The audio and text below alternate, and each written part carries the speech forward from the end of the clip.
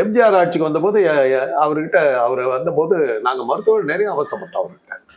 அவர் எங்களை வந்து ஒரு வில்லனாவே நினைச்சார். வில்லனாக நினைச்சிட்டு பல்வேறு வகையான தொந்தரவுகளை கொடுக்க ஆரம்பிச்சார். கொடுக்க ஆரம்பிச்ச போது தான் நாங்கள் வந்து டியூட்டி நைட் டியூட்டி பார்த்தோம்னா மறுநாள் எங்களுக்கு ஆஃப் கொடுக்கணும், விடுமுறையாக கொடுக்கணும். ஏன்னா நான் நைட் டியூட்டி விடிய பார்த்துட்டு காலையில் 7 மணிக்கு ஓபியில் வந்து அப்படியே உட்காந்துட்டு வாடை முடிச்சுட்டு மத்தியானம் 1:30 மணிக்கு மேலே தாங்க நான் வீட்டுக்கே போக முடியும். மனுஷனா இதா. அதனால தான் அந்த காலத்தில் டாக்டருக்கெல்லாம் 35-40 வயசுல செத்து போயிட்டான். இதெல்லாம் இது பண்ணுறதுக்காக போஸ்ட் டியூட்டி ஆஃப்னு நாங்கள் ஒன்று கேட்டோம். விடுமுறை நாட்கள் நாங்கள் வந்து வேலை பார்த்தோம்னா அதுக்கு எங்களுக்கு வந்து காம்பன்சேட்டரி லீவ்னு ஒன்று கொடுக்கணும், சிஎல்னு ஒன்று கொடுக்கணும் அப்படின்னு சொல்லி கேட்டோம். சரி அப்படின்ட்டாங்க. அது அந்த ஆர்டர் வந்துருச்சு. வந்தால் அதிகாரிகள் அதை என்ன இன்டர்பிரிட்டேஷன் பண்ணாங்கன்னா, விடுமுறை நாட்களில் வேலை செய்கிறவங்களுக்கு தான் அந்த இது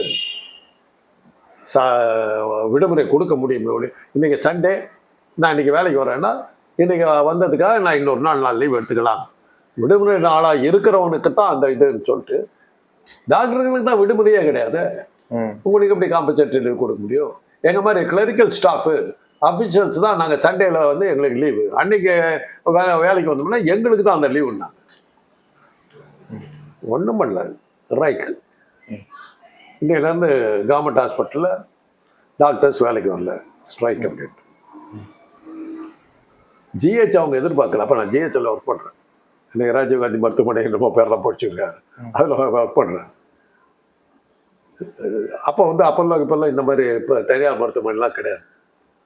அதெல்லாம் நின்ட்டாங்கன்ன உடனே எம்ஜிஆருக்கு முன்னாடி கவர்னர் எங்களை கூப்பிட்டார்.